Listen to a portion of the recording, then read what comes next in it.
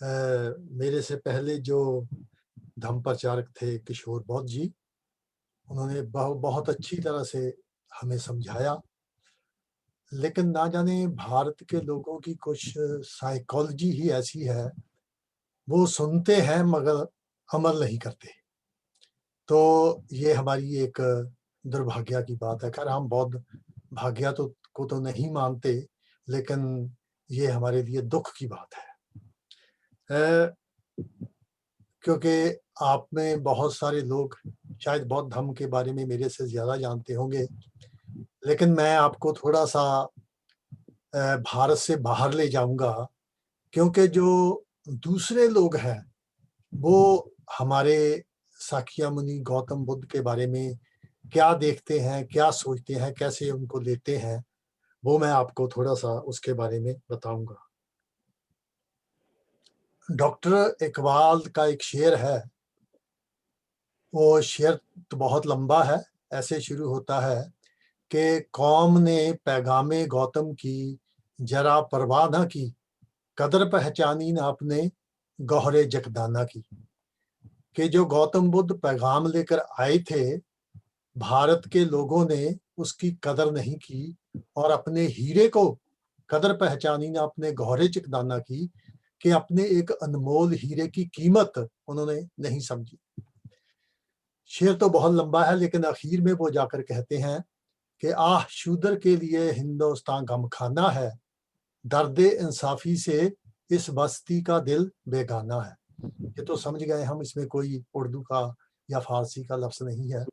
तो जो आखिरली 2 लाइनें हैं, उसमें वो कहते हैं, ब्राह्मण सरसार है, अब तक मैं पद्दार में, क्षमा गौत में जल रही है, महफ़िल अग्यार में। तो क्या कहते हैं कि जो ब्राह्मण है, वो आज भी भारत में झूठ का जाल बिछाए हुए लोगों को बेवकूफ़ बना रहा है। जब कि गौतम की जो रोशनी है, वो बाकी दुनिया को सही रास्ता दिखा रही है। तो ये गौतम बुद्ध के बारे एक कट्टर मुसलमान सर मोहम्मद इकबाल के विचार थे।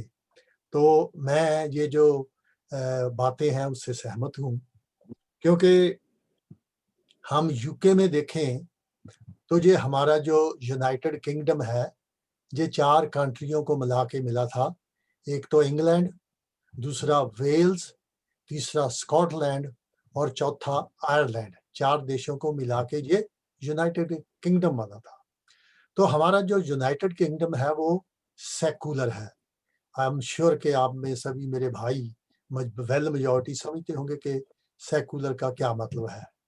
भारत की तरह नहीं है कि भारत भी सेक्युलर है, पर वहाँ पे जब फाइटर जेट आता है, तो ब्राह्मण नारियल तोड़ रहा है। इंडिया भी सेक्युलर है, लेकिन जो अंग्रेज है, वो इसीलिए उन्होंने दुनिया पे राज किया कि जो वो कहते हैं वो करते हैं, जो करते हैं वही वो कहते हैं। क्योंकि मैं पिछले 54 ईयर्स से यहाँ लंदन में रहता हूँ। पहले मैं थोड़ी देर ईस्ट लंदन में रहा, फिर मैं अब वेस्ट लंदन में रहता हूँ, जो इंटरनेशनल एयरपोर्ट है हीथ्रो, उसके बहुत नज़दीक है। जो हमारा बुद्ध विहार है वो भी एयरपोर्ट के नज़दीक ही है। तो जो अंग्रेज हैं वो सही को सही और गलत को गलत कहते हैं। इनका वे ऑफ लिविंग जो है, वो हमारे से अलग है। क्योंकि जो अंग्रेज है, वो तो ये कहते हैं कि जियो और जीने दो। लेकिन हमारे भारत के लोगों की क्या मेंटालिटी है कि ना मैं जीऊँगा और ना तुम्हें जीने दूँगा। तो ये हमारे लोगों की मेंटालिटी है। जो अंग्रेज है, देखो भारत में हम अगर बौद्ध धर्म की ओर आ रहे हैं, तो जो जब हम अपने इतिहास के बारे में पढ़ते हैं, मैं खुद ऐसा मानता हूँ कि हमारे आखिरी बुद्धिस्ट सम्राट हर्षवर्धन के बाद मैं पहली जनरेशन हूँ जिसको एजुकेशन मिली, वो भी बाबा साहब की मेहरबानी से। क्योंकि मेरे पिताजी एक दिन भी स्कूल नहीं गए, मेरे दादा को तो मौका मिलना ही नहीं था। तो इस तरह से बाबा साहब की मेहरबानी से मैं पहली जनरेशन हूँ जिसको एजुकेशन मिली है 1400 साल बाद। तो बाबा साहब के तो हमारे ऊपर इतना बड़ा कर्जा है कि इस जन्म में अगर हम इतना सा भी उतार देंगे तो हम समझे कि हमने कुछ कर दिया। तो मैं पिछले 50 साल से बाबा साहब के मिशन में, और वो भी बौद्ध धर्म में। मुझे राजनीति में कोई इंटरेस्ट नहीं, चाहे वो लंदन हो, चाहे भारत हो। हाँ, हम उनकी सपोर्ट करते हैं जो पॉलिटिकल नेता हैं, लेकिन मुझे उससे कोई इंटरेस्ट नहीं है। तो पिछले 50 साल से मैं फ्रंट लाइन में बौद्ध धर्म का काम कर रहा हूँ। और अब तक मैंने बौद्ध धर्म के लिए, क्योंकि पंजाबी में बहुत कम लिटरेचर है, तो 1 डज़न के ऊपर बुद्धिज़्म पे मैंने पंजाबी में किताबें लिखी हैं। 2 हिंदी में है, 1 छोटी-सी इंग्लिश में है। तो इस तरह से मैं जब बाबा साहब के बारे में पढ़ा, तो मैं तो एकदम बाबा साहब का दीवाना हो गया। वैसे बाबा साहब का नाम जब मैं भारत में था, 9 साल की उम्र में सुना था, लेकिन मैं 15 साल की उम्र में लंदन आ गया था। तो बाबा साहब को पढ़ने के बाद जब आहिस्ता-आहिस्ता मैं 14 अक्टूबर 1956 तक पहुँचा, तो ऑटोमैटिकली कि जब मेरे मसीहा बाबा साहब डॉक्टर अम्बेडकर ने इतने संघर्ष के बाद अगर ये रास्ता मुझे दिया है, तो वो कभी गलत नहीं हो सकता। मुझे उसकी रिसर्च करने की क्या ज़रूरत है? वैसे भी बचपन से जो मेरी नेचर थी, क्योंकि सिख धर्म पंजाब में मेजॉरिटी है, उनके बहुत दुःख मैंने देखे। मैंने तो नहीं झेले, क्योंकि मेरे पिताजी लंदन आ गए थे और उन्होंने सबसे पहले यही काम किया कि हम जो एग्रीकल्चर लैंड है, वो हमने ली। हालाँकि 1965 तक हम वही मिट्टी के मकान में रहते रहे, जिसमें हमें रहने के लिए मजबूर किया गया था। तो मेरे पिताजी सिख धर्म की वजह से, मेरे लिए सिख धर्म के लिए कोई ऐसा नहीं था, और ना ही हिंदू धर्म का तो कहना ही क्या है। तो मैं तो कभी-कभी कहता हूँ कि I was naturally born Buddhist. तो बौद्ध धर्म के बारे में मैं पिछले 50 साल से काम कर रहा हूँ। और जो थाईलैंड का राज्य का संघ नायक है, 23 फरवरी 2016 को उन्होंने मुझे आउटस्टैंडिंग बुद्धिस्ट लीडरशिप से सम्मानित किया था। और तक्ष और आपके यूपी में जो शरावस्ती है, वहाँ पर मैंने 3 बिघा ज़मीन लेकर, उसके बाजू वाली जो भंते देवेंद्र जी है, 3 बिघा उनके पास थी। पहले हम सोचते थे कि वहाँ पे भिक्षु ट्रेनिंग सेंटर बनाया जाएगा, लेकिन समय के लिहाज से क्योंकि एक भिक्षुनी महाराष्ट्र से, नांदेड़ से पंजाब में बुद्ध जयंती के लिए आई, क्योंकि जो मेरा घर फगवाड़ा में है, जो जालंधर और लुधियाना के बीच है, क्योंकि मैं यूके में 5-6 साल बिल्डिंग का काम किया है, तो नीचे जो है वो मेरी रहाइश है, जो ऊपर का फ्लोर है वो संघमिता बुद्ध विहार है। तो वो बुद्ध विहार, लेकिन वहाँ पर हमारे समाज के सारे जो मीटिंगें होती हैं, काम होते हैं, वो वहाँ पे होते हैं। तो इस तरह से वो संघमिता बुद्ध विहार जो है, उसमें धम्म का काम चल रहा है, और फगवाड़ा जो है सेंटर है। तो जब वहाँ पे भिक्षुणी आई, तो मैंने उससे सवाल पूछे कि भारत में भिक्षुणी संघ है, कितनी भिक्षुणियाँ हैं, भिक्षुणी ट्रेनिंग सेंटर है? तो सबका जवाब मुझे नेगेटिव में मिला। तो फिर मैंने भंते देवेंद्र से बात की कि वो जो हमारे पास 6 बिघा ज़मीन है, 3 आपकी है, 3 आपने ली थी, 3 मैंने लेकर दी थी, तो क्यों नहीं हम उसपे भिक्षुणी ट्रेनिंग सेंटर शुरू करते? तो वो बहुत खुश हुए कि ये तो बहुत अच्छी बात है। तो अब वहाँ पे जो 3 बिघा मैंने लेकर दी थी, तो उसमें भिक्षुणी ट्रेनिंग सेंटर चल रहा है। 15 या 16 सरामनेरियाँ वहाँ पे ट्रेनिंग ले रही हैं। भिक्षुणी धम्म मेगा जो है, वो ट्रेनिंग सेंटर चला रही है। तो ये तो मैं थोड़ा-सा जो बाबा साहब के मिशन के लिए, धम्म के लिए थोड़ा-सा मैंने किया है, मैं वो बता रहा हूँ, मैं खुद की प्रशंसा नहीं कर रहा। तो मैं बात कर रहा था यूनाइटेड किंगडम की, कि देखो ये लोग सेक्युलर हैं। हम तो इसलिए बुद्धिस्ट बने कि जैसे ही हमें थोड़ा बहुत पढ़ के पता चला कि ये जो ब्राह्मणवाद है, हमारी हर हमारे हर नुकसान का ये ज़िम्मेदार जो ब्राह्मणवाद है, वो है। इसलिए हम ज़्यादातर बौद्ध धर्म में आते हैं। तो ये जो अंग्रेज़ है, इनको तो जातिवाद का कुछ पता ही नहीं कि क्या है। हाँ, जो अब बूढ़े हैं, उन्होंने इंडिया में देखा होगा जब वो राज करते थे, कि जो हिंदू सिस्टम है उसमें ये जातिवाद कैसा है। तो ये जो अंग्रेज़ है, वो बौद्ध धर्म में क्यों आए, उनको क्या जरूरत है, उनकी तो कोई प्रॉब्लम नहीं है जात पात जैसी। तो अगर वेस्टर्न लोग बुद्धिज्म में आते हैं तो उसका एक कारण है कि जो बौद्ध शांति का संदेश देते हैं और जो मेडिटेशन का सबक देते हैं, तो अंग्रेजों को वो बहुत पसंद है। 1980 में, सॉरी मैं हिंदी में कुछ ऐसे गिनती के मैं नहीं कह सकता क्योंकि मैं तो 15 साल की उम्र का यहाँ आ गया था, तो वो इसलिए मैं इंग्लिश में कह रहा हूँ 1980। हिंदी में शायद 1980 कहेंगे, लेकिन कुछ लफ्ज है वो नहीं कह पाते। तो 1980 में यहाँ की जो सेंट्रल गवर्नमेंट है उन्होंने फैसला लिया कि हमारे लंदन से जो मिडलैंड है, यानी वो मिडल में आता है, उसके बीच में एक शहर बसाया जाए।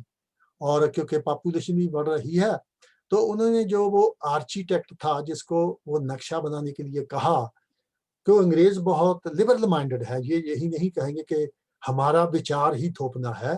तो उन्होंने उस आर्किटेक्ट को कहा भाई आप सारी दुनिया घूम के आओ जहां जहां आप जाना चाहते हो, और अगर किसी जगह पे किसी देश में तुम्हें कोई वो शहर बनाने के लिए अच्छी चीज मिली तो आप वो अपने दिमाग में डाल सकते हैं। तो वो आर्किटेक्ट जब श्रीलंका गया, तो जब वो शिप में था, तो जब वो शिप से उतर रहा था तो उसने देखा सूर्य डूब रहा था और वहां पे बुद्ध विहार, पीस पैगोडास थे। तो उस दृश्य को, उस सीन को से वो बहुत प्रभावित हुआ। तो जब उसने उस शहर का नक्शा बनाया तो उसने सजेस्ट किया कि अगर कोई झील है, वहां पे झील एक बहुत बड़ी है, उस झील के किनारे अगर एक पीस पगोडा बना दिया जाए तो उस शहर की जो जो सुहप्पन है वो बढ़ सकता है, अच्छा लगेगा।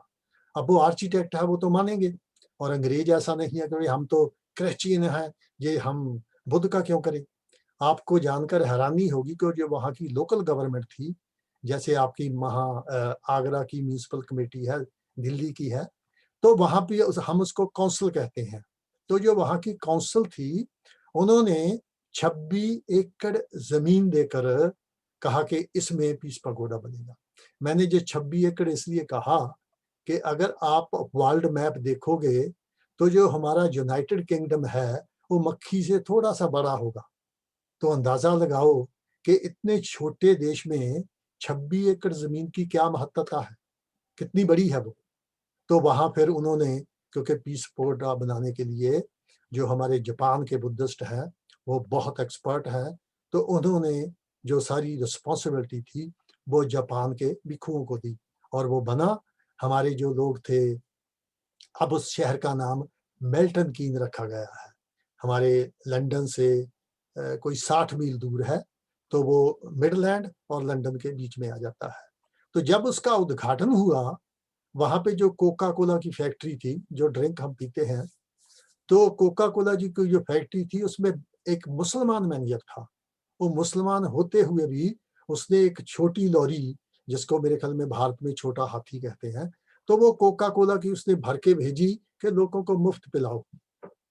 और वहां पर जो बेकरी थी उन्होंने ब्रेड के सैंडविच बनाकर, वो रोल होते हैं वो बनाकर ऐसे ही एक बड़ी वैन भेजी कि लोगों में बांटो, मुफ्त बांटो।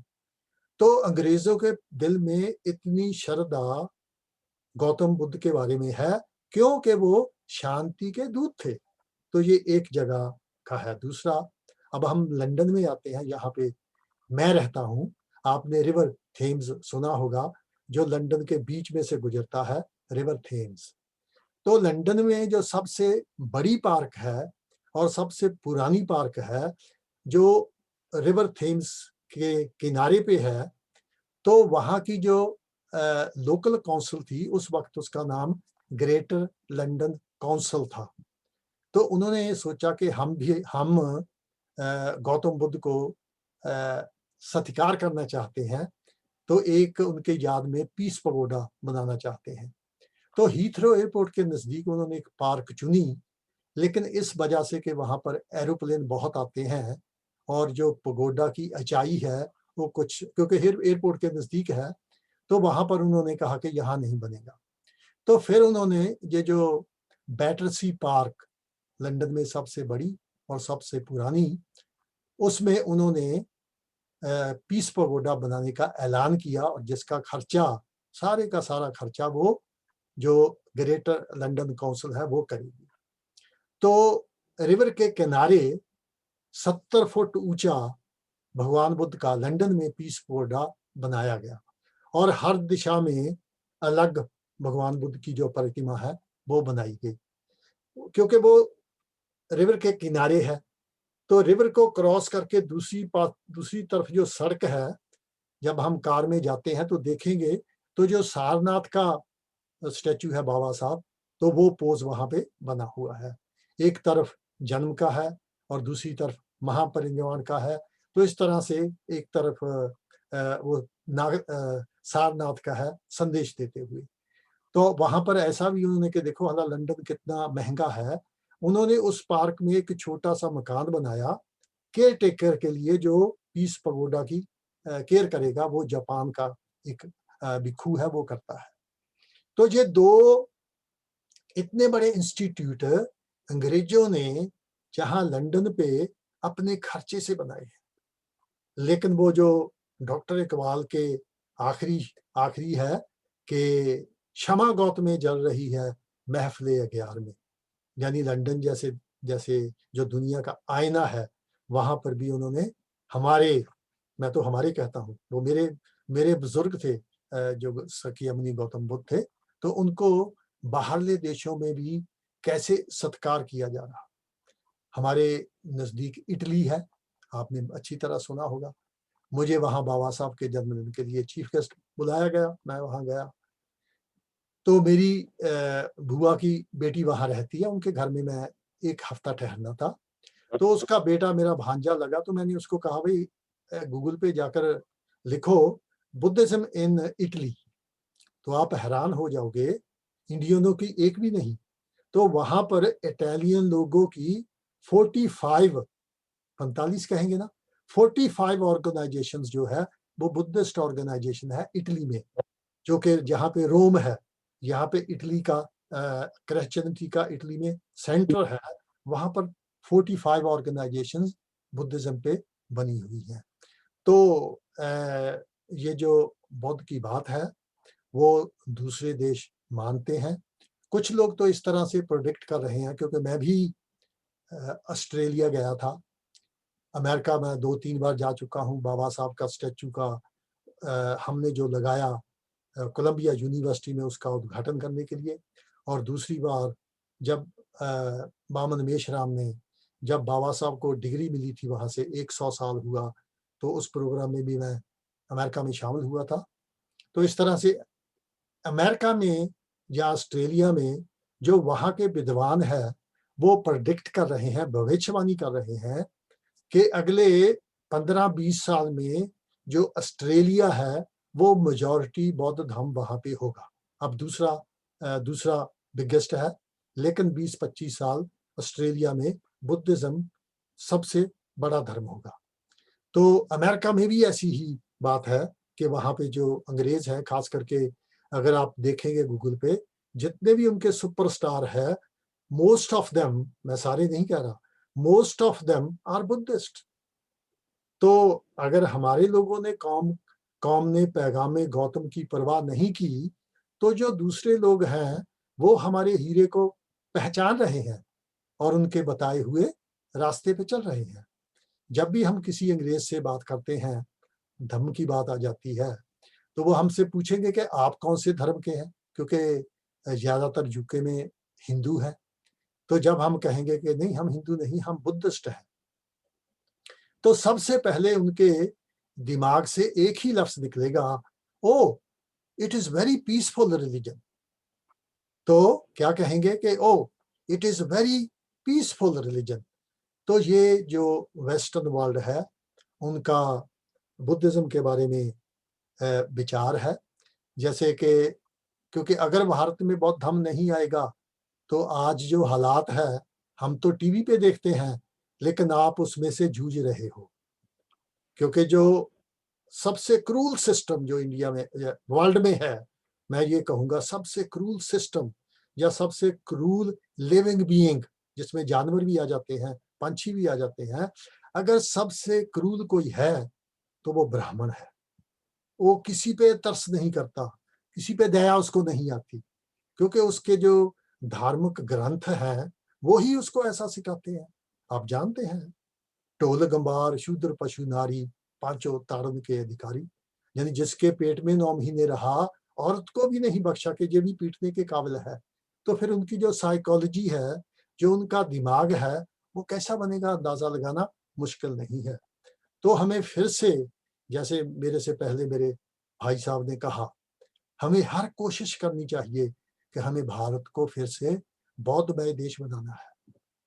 आज तलवार का समा नहीं रहा, तो उसके लिए हमें तन, मन और धन, इन तीनों में से एक को देना होगा।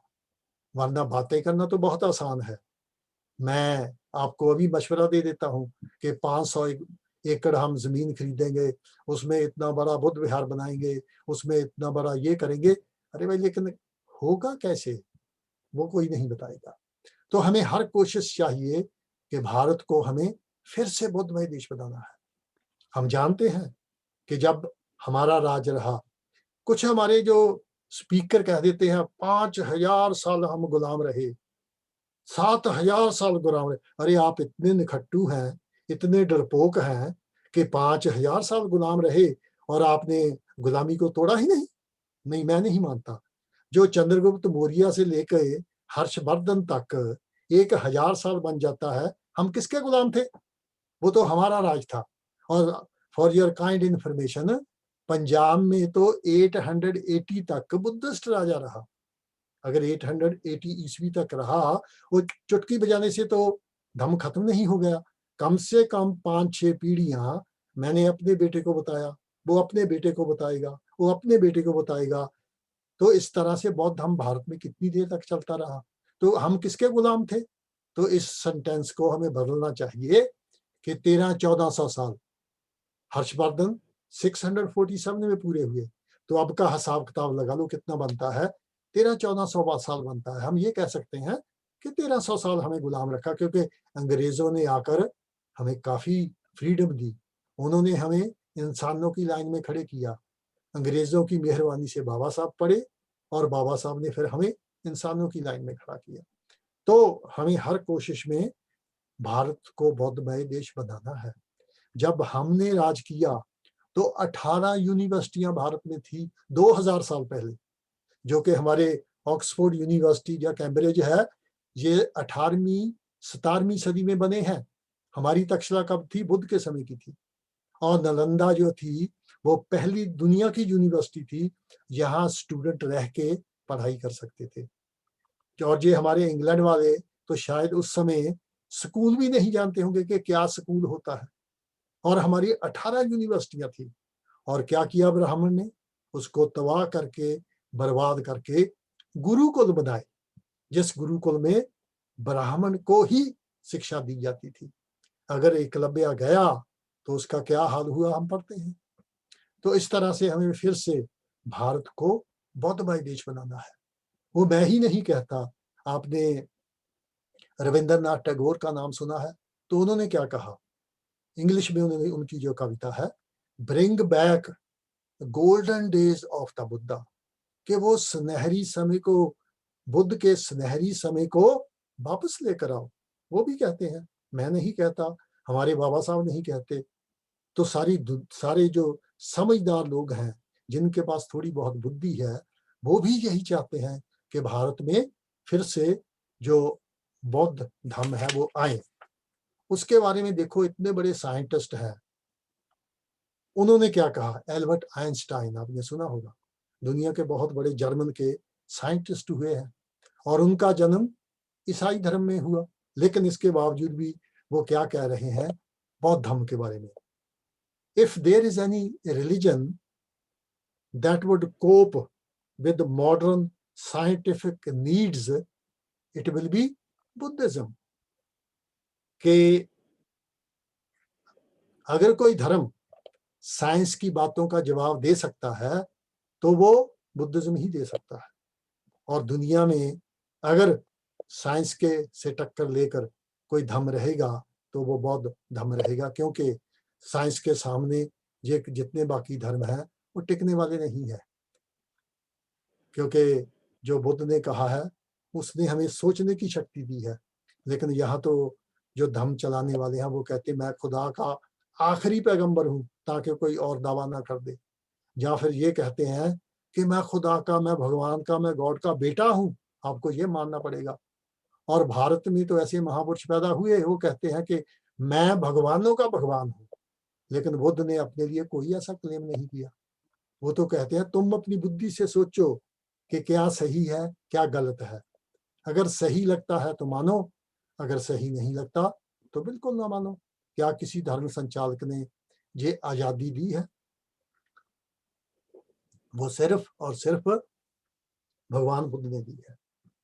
और हमें चाहिए कि ज्यादा से देखो, अगर हम बुद्धिस्ट बनते हैं, मुझे तो हमारे लोगों का समझ नहीं आता कि ये सोच क्या रहे हैं।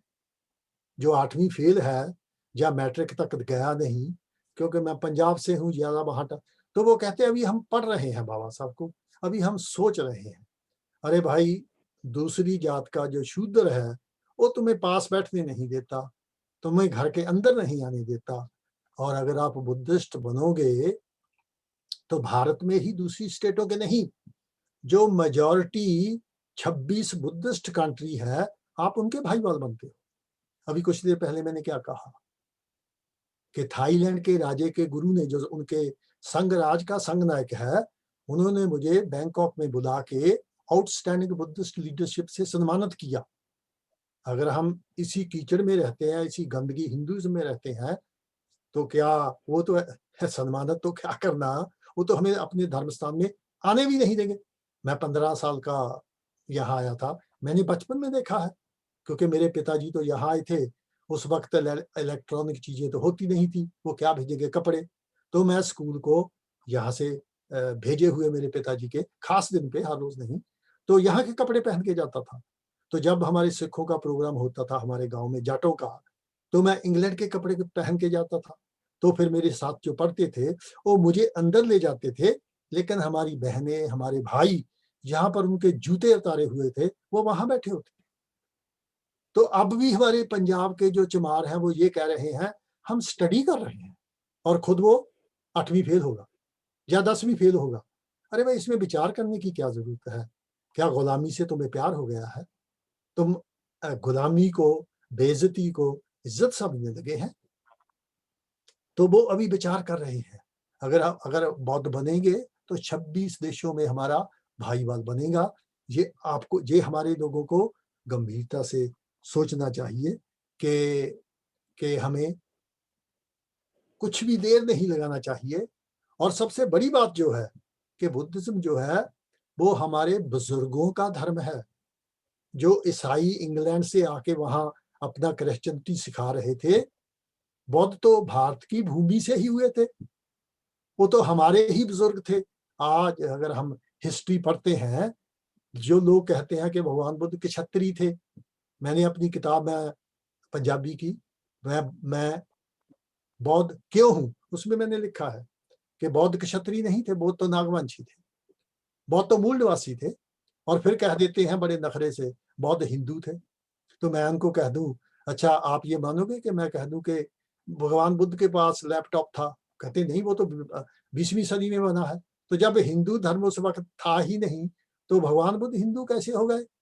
वो तो मुसलमानों ने नाम दिया है, वो कैसे पहले वहां पहुंच गया? तो इस तरह से बहुत सी उल्टी सीधी बातें हमारे ही लोग हमारे माथे पे लगाने की कोशिश करते हैं। लेकिन बाबा साहब की मेहरबानी, बाबा साहब की कलम से जितना लिखा गया है, हम हर सवाल का जवाब देने के लिए तैयार हैं। यहाँ तक कि हमारे पंजाब के जो सिख है, वो तो यहाँ तक लिखते हैं कि कभी भी अम्बेडकरी से बातचीत करने में, टकराव करने में नहीं पड़ना।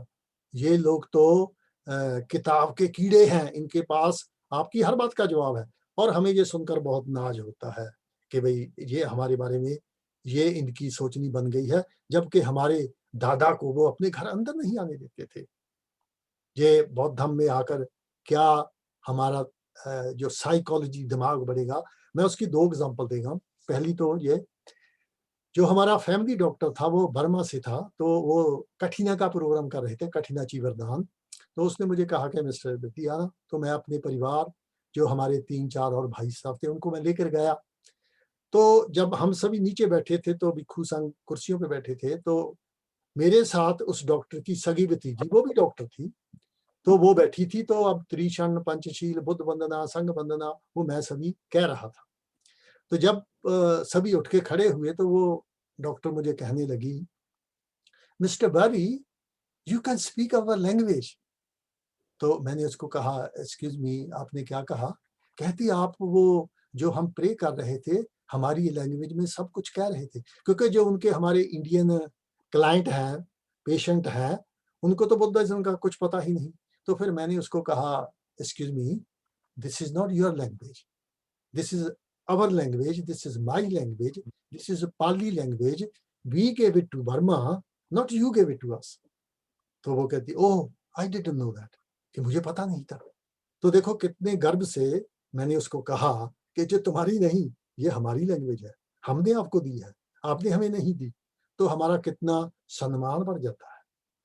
और दूसरी बात, मैं श्रीलंका गया, जो टूथ टेम्पल है, जहाँ पे भगवान बुद्ध का दांत पड़ा है, दलिता माल गावा सिंगली में उसको कहते हैं।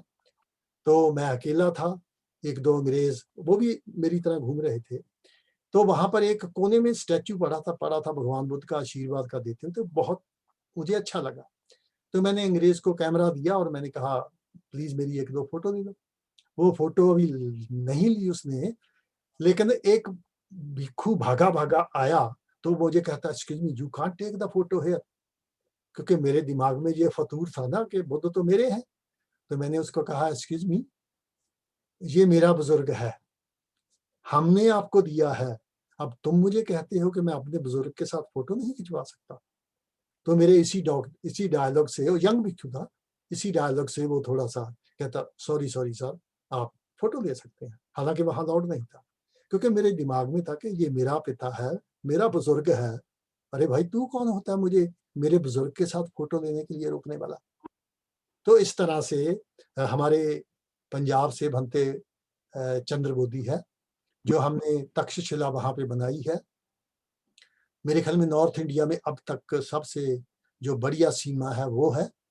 तो उन्होंने मुझे बताया कि वो जितने देशों में वहां के लिए दान लेने के लिए गए, तो जब भिक्षु बैठे होते हैं, चाहे कोई भिक्षु 80 साल का हो, 75 का हो, 60 का हो, लेकिन इंडिया से जो भिक्षु जाएगा, जब जाएगा, चाहे वो 20-35 साल का हो, वो सारे का सारा भिक्षु संघ उठ के खड़ा हो जाए। क्यों? वो एक दूसरे के कान में कहेंगे, ये भिक्षु बौद्ध भूमि से आया है, देखो कि ये भगवान बुद्ध की धरती से आया है। एक 80 साल का बूढ़ा भिक्षु भी उसका सम्मान करने के लिए खड़ा होगा। तो हमारे लोगों के दिमाग में समझ नहीं आती।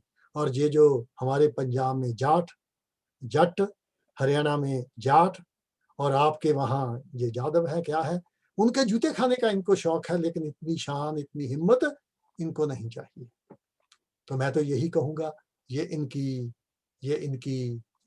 इनके बुरे कर्म है, दुख की बात है। मैंने बाबा साहब की किताबें पढ़ी, मैं एक यानी बाबा साहब की किताबें पढ़ के बौद्ध धर्म में आने से आपकी जो सोई हुई जमीर है, मैं मरी हुई नहीं कहूंगा, जो आपकी सोई हुई जमीर है वो जाग जाती है। और जाग भी इस तरह से जाती है कि आप किसी से भी बात करने में डरोगे नहीं। तो मैं 20-25 साल का लड़का था, तो कार्डबोर्ड कंपनी थी, मैं वेयर हाउसमैन था वहां पे। तो क्योंकि मैं आपको ये भी बताना चाहता हूं कि ये मत भूलो कि आप बैठे भारत में ही जातिवाद का शिकार हो। जैसे बाबा साहब ने कहा था कि भारत के लोग यहाँ पे भी रोटी रोजी के लिए जाते हैं, अपनी गंदगी का अगर छिप भर के नहीं ले जाते। उस वक्त एरोप्लेन बहुत कम होते थे, इसलिए बाबा साहब ने लफ्ज छिप बरता कि भारत के लोग कहीं पे रोटी रोजी के लिए जाते हैं, अगर ये छिप अपनी गंदगी को, अपनी बुराइयों का अगर ये छिप भर के नहीं ले जा सकते, तो सूटकेस भर के जरूर ले जाते। तो ये जो जातिवाद है, 7,000 मील दूर आकर यहाँ पे मेरी 5वीं पीढ़ी है, वो जात पात ने हमारा पीछा नहीं छोड़ा।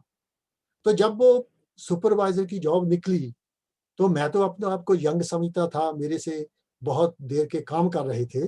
तो मुझे किसी ने कहा, "भई तुम एप्लीकेशन क्यों नहीं देते?" तो मैंने कहा, "मेरा कहाँ चांस है? मुझे तो 5 साल काम पे लगे हुए हैं, मेरे से बहुत सीनियर लोग हैं।"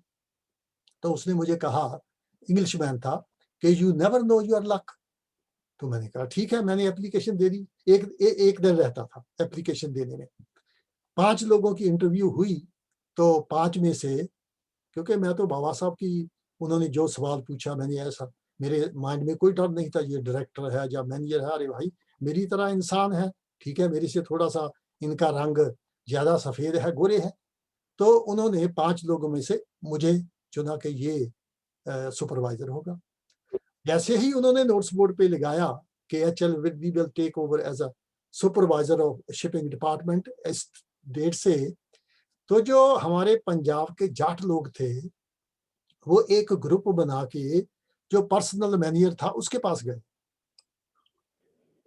और उसको कहा कि ये लोग जो हमारे खेतों में काम करते थे, तुम इसको हमारे ऊपर सुपरवाइज़र बनाओगे।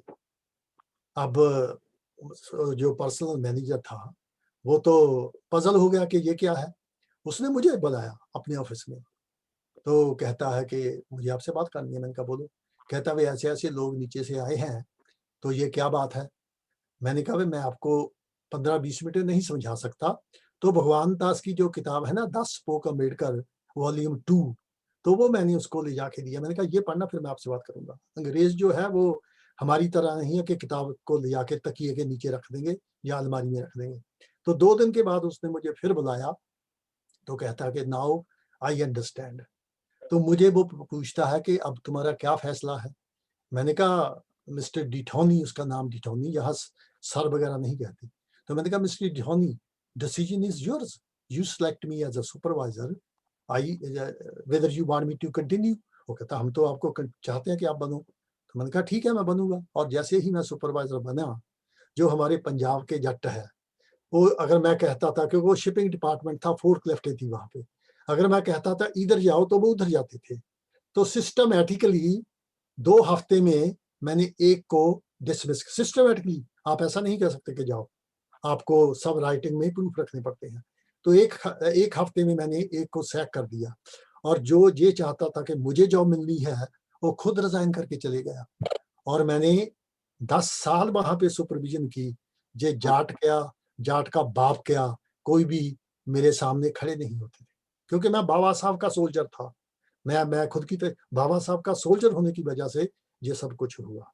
तो इस तरह से ये जो बाबा साहब ने भी कहा है कि Hindus are the sick people of India, their sickness is dangerous to the country as well as people of the country. Annihilation caste के प्रीफेस में बाबा साहब ने कहा, और वो बात उनकी बिल्कुल सही है। और आगे बाबा साहब ने ये भी कहा है कि अंटिल हिंदुइज्म विल रिमेन, आजकल जो हो रहा है, ऑल दिस विल रिमेन। ये हमें बात याद रखना चाहिए। जब तक हिंदू धर्म है, भारत में कोई परिवर्तन नहीं आएगा, क्योंकि जो हिंदू है, उसने बहुत तरह से तो हमारे जम्बू द्वीप को, भारत को नर्क बना दिया है, और आगे भी कोशिश कर रहे हैं। मुझे तो ये भी सरप्राइज नहीं होगा कि अगर इंडिया बहुत ज्यादा गिर गया, तो मोदी जहाज पढ़ के जहां हमारे इंग्लैंड या अमेरिका में चले जाएगा, भाड़ में जाए इंडिया, यहां तक भी हो सकता है। तो हम बहुत एक गंभीर सिचुएशन में हैं। हमारे मेरे से पहले जो बोलने वाले थे, उन्होंने जो सवाल उठाया, वो मैंने भी नोट किया था। अब हम जो बौद्ध हैं, बातों से काम नहीं चलेगा कि बुद्ध ने कहा कि जितनी नदियां हैं समुद्र में आकर अपना नाम बदल देती है, वो बहुत अच्छा है, बुद्ध ने तो कह दिया। लेकिन हम प्रैक्टिकल कितना करते हैं? मैं तो ये कहूंगा कि जैसे पंचशील हैं, एक शील और उसमें ऐड करो कि हर बौद्ध को, जो बैकग्राउंड में उसकी अलग जाति से बहुत बने हैं, उनमें सारे नहीं तो कम से कम एक रिश्ता जात पात तोड़ के करे। अगर नहीं करता तो हम उसको बौद्ध नहीं मानेंगे। ऐड करो उसमें। ये जितने सुनने वाले हैं, दिल पे हाथ रखकर मुझे बताओ, आप में से कितने लोगों ने इंटरकास्ट शादी की है? मुझे बताना बहुत अच्छा है, स्टेज से भाषण करना बहुत अच्छा है। मैं बताता हूँ, जो मेरी बड़ी बेटी है, उसका रिश्ता देकर मैं खुद, जो वाल्मीकि समाज से बुद्धिस्ट बने थे, उनके घर गए। लेकिन एक हफ्ता पहले उसकी वाइफ पंजाब आई, लुधियाना से एक जज की बेटी की सगाई कर दी गई थी, उसका एक बेटा था, नहीं हो सका। आज की तारीख में मेरी जो सबसे छोटी बेटी सुजाता है, यहाँ पर तमिलनाडु से डॉक्टर था, उसकी माँ बुद्धिस्ट है, तो अभी तक भी मुझे नहीं पता कि उसकी जाति क्या है। मैंने अपनी बेटी की शादी उससे की। हाँ, मेरे मेरे लोग इसलिए अपोज कर रहे थे, अरे ये काले कलट्टे के साथ आप रिश्ता करोगे, हमारी बेटी तो अंग्रेजों की तरह है। लेकिन मेरी बेटी का तमिलनाडु के डॉक्टर से शादी हुई, उनके 2 बेटियां हैं, मुझे अभी तक भी नहीं पता उसकी क्या कास्ट है। क्या भारत के लोग बताओ, दिल पे हाथ रख करके करोगे ऐसा? सबकी जो सिर है नीचे हो जाएगा, क्योंकि मैंने खुद बुद्धिज्म के लीडर इंडिया में देखे हैं। जब उनके पास कोई मेरे जैसा गया कि फलां की बेटी है, तेरा बेटा है, या तुम्हारी बेटी है, फलां का बेटा है, रिश्ता कर लो, तो क्या कहा उसने? नहीं यार, घर वाले नहीं माने। मैं तो मानता हूँ, वाइफ नहीं मानी, तो क्या बुद्धिस्ट है हम? मैं तमिलनाडु जाता हूँ, वहां पर हमारे लोगों की चर्चें अलग है, शमशान घाट अलग है, क्योंकि जातिवाद एक ऐसी बीमारी है जैसे फ्लू होता है, जुकाम होता है। जिसको जुकाम है, अगर आप उसके पास 15 मिनट भी बैठ जाओगे तो आपको जुकाम होगा ही। तो क्रिश्चियनिटी में जात पात नहीं है, क्योंकि वे हिंदू धर्म के पास बैठे हैं, जातिवाद की बीमारी उनको भी हो गई है। मुसलमानों की कुरान में कोई जातिवाद नहीं है, लेकिन आज बांग्लादेश और पाकिस्तान में सभी जातियां हैं हिंदुओं की तरह। तो क्या हम बौद्ध इस बीमारी से बच पाएंगे? ये हमें उसका जवाब रियलिटी में देना है, स्टेजों पे भाषण करके नहीं। मैं भी 3 घंटे बोल सकता हूं, लेकिन रियलिटी हम क्या कर रहे हैं? बहुत लोग कहते हैं कि बाबा साहब ने ब्राह्मणी के साथ क्यों शादी की?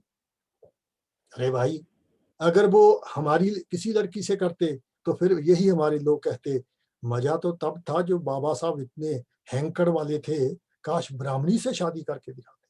तो हमारे लोग जो हैं, इनके दिमागों में गोबर भरा हुआ है, ये सोचने की शक्ति ही नहीं रखते हैं।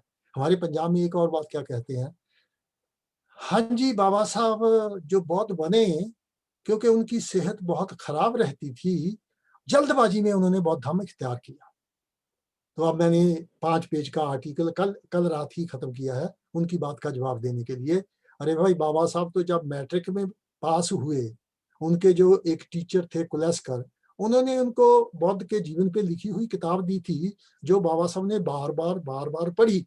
इसका मतलब 16 साल की उम्र में बाबा साहब के दिमाग में बौद्ध धर्म का जो बीज है, वो बोया गया था, उग रहा था। तो और वो हमारे पंजाब के चमार कहते हैं कि उन्होंने जल्दबाजी में बौद्ध धर्म अपनाया। तो इस तरह से ये जो बातें हैं, हमें एक तो हमें कास्टलेस जो सोसाइटी बनानी है, और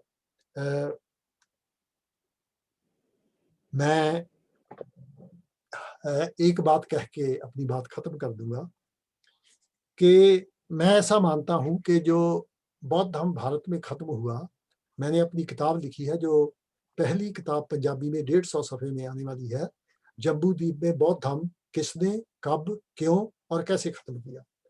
तो उसमें भी मैंने लिखा है कि ये जो बौद्ध धर्म है, मेरे विचार से कि हमारे जो बुजुर्ग थे, वो मेडिटेशन में, करुणा में, मैत्री में, दया में बहुत ज्यादा चले गए। क्योंकि कभी कभी आपको अपने दुश्मन से रिटेलिएट करना पड़ता है। जैसे बाबा साहब ने कहा है कि need to kill, not will to kill. अगर जरूरत है तो हम मारेंगे, लेकिन मारने की ख्वाहिश नहीं होना चाहिए। तो इस तरह से हम लोगों को थोड़ा सा, ये जो हम peace on the basis of justice, हमें पीस चाहिए, but on the basis of justice. तो इसलिए हमें जो कभी कभी हमारे साथ इतने अन्याय होते हैं, तो उसको हम कैसे जवाब दे सकते हैं? तो कभी कभी हमें, एक आदमी मुझे गाली देता है, मैं चुप रहता हूँ। एक आदमी मुझे पुश करता है, यानी धक्का देता है, मैं चुप रहता हूँ। वो फिर मेरे मुक्का मार के मेरे नाक से खून निकाल देता है। कब तक मैं चुप रहूंगा? कब तक मैं अपने आप को डिफेंड करूंगा? तो इसलिए हमें कुछ जो बातें हैं, उनकी तरफ ध्यान से सोचना है। बाबा साहब की एक बात सुनाई जाती है जो बाबा साहब के साथ रहे हैं। मैं बहुत से लोगों से मिला हूँ कि दिल्ली की बात है, एक आदमी बाबा साहब के पास आया रोता करलाता कि बाबा साहब, मेरी बेटी का गांव के लैंडलॉर्ड ने रेप कर दिया। तो बाबा साहब को बड़ा गुस्सा आया कि वे तेरी बेटी का रेप हो गया और तू जहां से भी आया है मेरे पास आया है, तो मैं क्या करूं। तो बाबा साहब ने उसको बहुत डांटा, बहुत दरकारा कि तेरी बेटी का तेरी बेटी का रेप हो गया, उसका बलात्कार हो गया, तो इतनी दूर मेरे पास चल के आया है। मेरे पास कौन सा ऐसा जादू है जो उसका मैं उसको कुछ कर दूंगा। तुमने क्या किया, तुम्हारी बेटी से रेप हुआ, तुम्हारी तुम्हारी जो गैरत है, जो तुम्हारी जमीर है, क्या मर गई थी, कहाँ गए तुम मेरे पास बताने आ गए हो कि मेरी बेटी का, अगर तुम कुछ करके आते तो मैं जान जाता। तो वो आदमी को वहां से बाबा साहब ने बेइज्जत करके निकाल दिया कि गेट आउट, वो चले गया। ऐसा हमने 4-5 दिन बाद वो आदमी आया, तो उसने जो हम सर पे बांधते हैं ना तौलिया, तो उसमें कुछ लपेटा हुआ था, तो बाबा साहब के पाँव में फेंक के कहता है, बाबा साहब, जिस आदमी ने मेरी बेटी की इज्जत लूटी थी, मैंने उसका कत्ल कर दिया। तो बाबा साहब ने उसको गले लगाया और कहा, हाँ अब मैं तुम्हें बचाऊंगा सजा से। तो इस तरह से हमें मेडिटेशन, पीस, शांति, शांति टू सर्टेन एक्सटेंट, क्योंकि हमारे लोग जो है, यही हमारे में बड़ी कमजोरी है कि हम शांति शांति पीस कहते हैं, मेमोरेंडम देते हैं, मुजारे करते हैं, लेकिन वो जो ऊपर बैठे हैं उनके कान पे जू भी नहीं रहती। तो इस तरह से हमें थोड़ा सा कुछ रिटेलिएट करना है। मैं ये नहीं कहता कि कल को बंदूकें उठा के सारे बात, बिल्कुल नहीं। यहाँ पर हमारी बहू बेटियों की इज्जत होती है, यहाँ पर हमारे साथ बेइंसाफी होती है, वहां पर हमें चाहिए कि जिस एक्शन की जरूरत है वो एक्शन हमें वहां पे लेना चाहिए। तो हम कोई बुज़दिल नहीं है, हम कमजोर नहीं है। जब बाबा साहब ने हमारे बारे में लिखा, तो बाबा साहब क्या लिखते हैं, आप में से पढ़ा होगा। बाबा साहब ने कहा, यानी हमें देखते हुए, कि हम मार्शल रेस हैं। 1 जनवरी 1818 को जो भीम कोरे गांव में हमने किया, वो एक वर्ल्ड की हिस्ट्री है। हमारे 500 महार सोल्जरों ने, 30,000 ब्राह्मण थे पेशवा, 2,000 भाग गए, 28,000 को काट काट के ढेर लगा दिए। तो हम बहादुर लोग हैं, हम मार्शल लोग हैं, हम बुज़दिल नहीं हैं। ये बात हमारे अपने दिमाग में बिठानी चाहिए। तो बाबा साहब ने क्या कहा, हमारी ओर उंगली करके, कि दे आर स्लीपिंग वल्केनो, के they are sleeping volcano, the day they arise whole Asia will catch fire. तो हिंदी में बाबा साहब क्या कह रहे हैं कि जो मेरे लोग हैं, ये एक सोया हुआ ज्वालामुखी है। जिस दिन दे ये ज्वालामुखी फटा, भारत तो क्या, ये एशिया में आग लगा के रख देंगे। ऐसी हमारी ताकत है। उस अपनी ताकत को पहचानो। जम्बू द्वीप हमारा है। ये बाहर से आया हुआ जो 15% ब्राह्मण बनिए राज कर रहे हैं, उनसे हमें अपना राज छीनना है। फिर से इसको सोने की चिड़िया बनाना है। जैसे हमारी 18 यूनिवर्सिटियां 2000 साल पहले थी, फिर से हमें इसे एशिया में ही नहीं, सारी दुनिया में विद्या का केंद्र बनाना है हमें। और मैं एक बात ये भी कहता हूँ कि ये बहुत जल्दी होने वाला है। जिस तरह से मैं सारे भारत में, मैं तो तमिलनाडु भी जाता हूँ। अब जब कोरोना का भारत में ठंडा हो जाएगा तो मैं भारत आ रहा हूँ, लेकिन मुझे तमिलनाडु भी जाना है, क्योंकि वहां पे एक जगह खरीदी है। वो देखना है कि बाबा साहब के मिशन का काम कहाँ तक चला है। वो मैंने चेन्नई से पौंडाचेरी तक जो सड़क है उस पर खरीद कर दी थी। तो इस तरह से हम जो हमारी बात है वो बढ़ रही है। बाबा साहब का मिशन बढ़ रहा है, बुद्धिज्म बढ़ रहा है। हाँ, उसमें कुछ नेगेटिव बातें भी हैं। हम सेनापति होते हुए हम अपने लोगों को यही बताना है कि हम जीत रहे हैं, हम आगे जा रहे हैं। अगर हम अपनी नेगेटिव बातें बताएंगे तो जो आम लोग हैं वो डिसअपॉइंट हो जाएंगे। तो इस तरह से अभी पंजाब में आपने देखना, हमने 10,000 पॉकेट साइज बुक जो है लोगों में मुफ्त फ्री डिस्ट्रीब्यूट की है, कि ये जो सेंसस है, जो मर्दशुमारी है, उसमें आपको बुद्धिस्ट लिखाना है, क्योंकि आप असली बुद्धिस्ट आप ही हो, इसीलिए आपको अछूत बनाया गया है। तो हम देखते हैं कि जो इस साल की सेंसस है वो पंजाब में क्या कहती है। मुझे पूरी आशा है कि पिछली बार से डबल होगी और जो अगली पॉपुलेशन आएगी, मर्दमशुमारी आएगी, उसमें हम बौद्धों की पॉपुलेशन सेकंड बिगेस्ट पंजाब में हो, ये ऐसा मैं मानता हूँ। तो मैं भारती साहब का बहुत बहुत आभारी हूँ।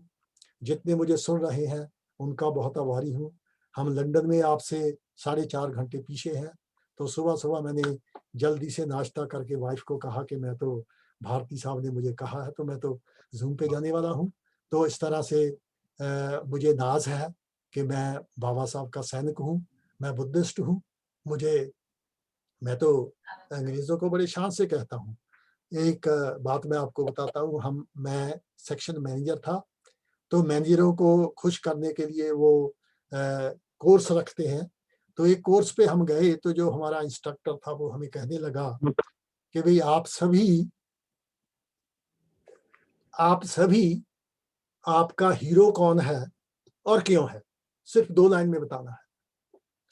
तो जब मेरी बारी आई एज अ मैनेजर, तो मैंने उनको कहा, कोई कहे कि वो फिल्म का एक्टर, उसमें इंडियन भी थे, कोई अमिताभ बच्चन को कहता था, कोई हेमा मालिनी को कहता था, कोई जो हॉलीवुड के सुपरस्टार उनको कहता था। जब मेरी बारी आई तो मैंने कहा, my hero is doctor Ambedkar who was a father of Indian constitution.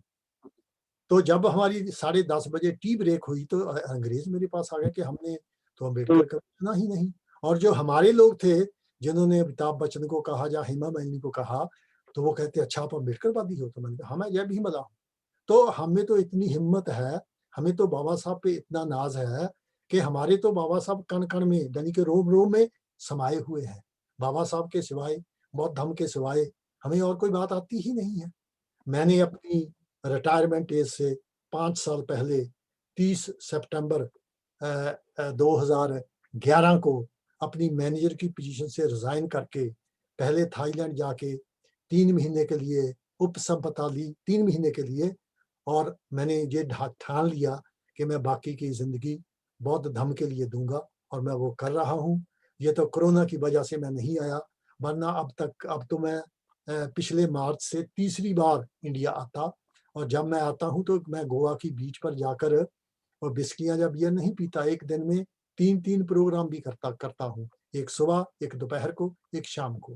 तो बाबा साहब ने अगर मेरे पे बड़े से बड़ा कोई एहसान किया है तो जो मुझे उन्होंने मेरे बुजुर्गों का बौद्ध धर्म दिया है, मेरे लिए बाबा साहब का वो वरदान है। Thank you very much. नमो बुद्धाय। जय भीम, जय Bharat. Very special thanks. Sorry, अगर किसी ने कोई सवाल पूछना हो तो हम तैयार हैं जवाब देने के लिए। बहुत बहुत धन्यवाद सर, आपने बहुत अच्छी मोटिवेशनल जानकारियां और आपके अनुभव हमारे साथ शेयर की हैं। राष्ट्रीय बौद्ध महासभा आपका आभार मानती है, स्पेशल थैंक्स है राष्ट्रीय बौद्ध महासभा की ओर से।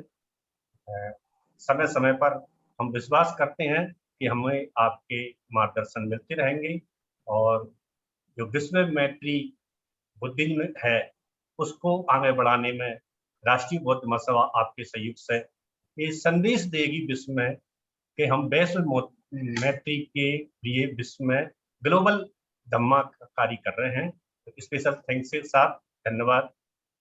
अब मैं आज के कार्यक्रम के लिए आभार व्यक्त संबोधन के लिए माननीय संस्थापक महोदय धर्म विकास भारती साहब से अनुरोध करता हूं कि आभार व्यक्त हेतु अपनी स्पीच रखें। माननीय संस्थापक राष्ट्रीय अध्यक्ष धर्म विकास भारती साहब।